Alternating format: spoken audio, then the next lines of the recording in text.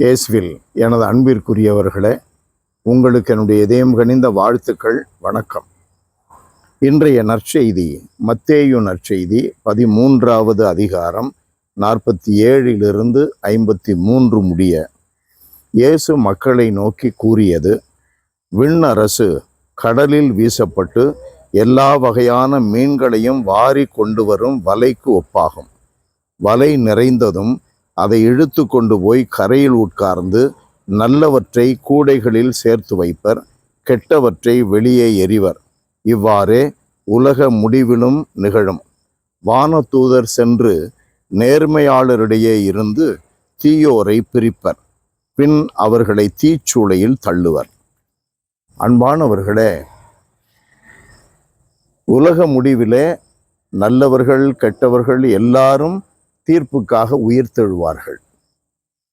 நாம் எல்லாரும் உயிர்த்தெழுவோம். அது எதனுடைய விளைவு? நாம் இப்பொழுது நடந்து கொள்ளுகின்ற முறைகளுடைய விளைவு.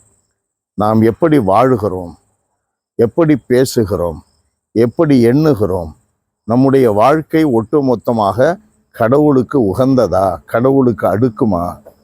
அயலானை நேசித்து வாழ்வது நம்மில் இருக்கிறதா? கடவுளுக்கு பயந்து கடவுளை அன்பு செய்து வாழ்கின்ற பண்பு நம்மளில் வளர்கிறதா? நம்பிக்கையாளர் என்ற பெயருக்கு உகந்தவர்களாக இருக்கிறோமா என்பதை பொறுத்துதான் அன்றைக்கு நேர்மையாளர்களிடையே இருந்து தீயோரை பிரித்தெடுப்பார்கள். கெட்டவைகளெல்லாம் அதை பிரித்து கடலில் எரிஞ்சிடுறாங்க, நெருப்பில் போட்டுடுறாங்க.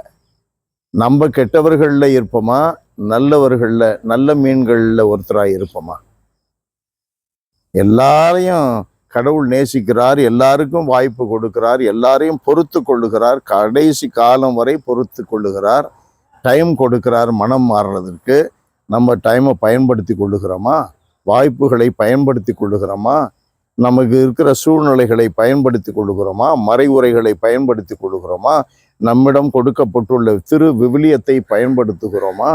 திருப்பலியில் அருட்சாதனங்களை நாம் பயன்படுத்தி கொள்ளுகிறோமா? அன்பானவர்களே, நாம் நேர்மையாளர்களாக இருக்கிறோமா என்பதை பொறுத்துதான் நெருப்பிலே போடப்படுவோமா அல்லது விண்ணகத்திற்கு அழைத்து கொள்ளப்படுவோமா என்பது. அன்பு நிறைந்த எங்கள் இறைவா, நினைத்தால் அச்சம் எங்களை மேலோங்கி நிற்கிறது. ஆண்டவரே, எங்களில் தெய்வ பயம் மேலோங்கி நிற்கட்டும். தெய்வத்தோடு நாங்கள் பழகுகிறோம், தெய்வங்கள் எங்களோடு இருக்கிறார்கள். தெய்வங்களாக இருக்கிற பெற்றோர்களும் அயலார்களும் பெரியவர்களும் இருக்கிறார்கள். தெய்வங்களுக்கெல்லாம் மேலான கடவுள் நீர் எங்களை கண்காணித்து வருகிறீர், எங்களுக்கு நல்வழி காட்டுகிறீர். இத்தனை வாய்ப்புகளை வசதிகளை எல்லாம் பெற்றிருந்தும் நேர்மையாளர்களாக நாங்கள் இல்லாமல் போவது எங்களுடைய சொந்த கேடுகட்டத்தனம் என்பதை நாங்கள் உணர்ந்து மனம் திரும்ப எங்களுக்கு அருள்தார். இயேசுவின் பெயரால் மன்றாடுகிறோம் தந்தையே. ஆமென், ஆமென்.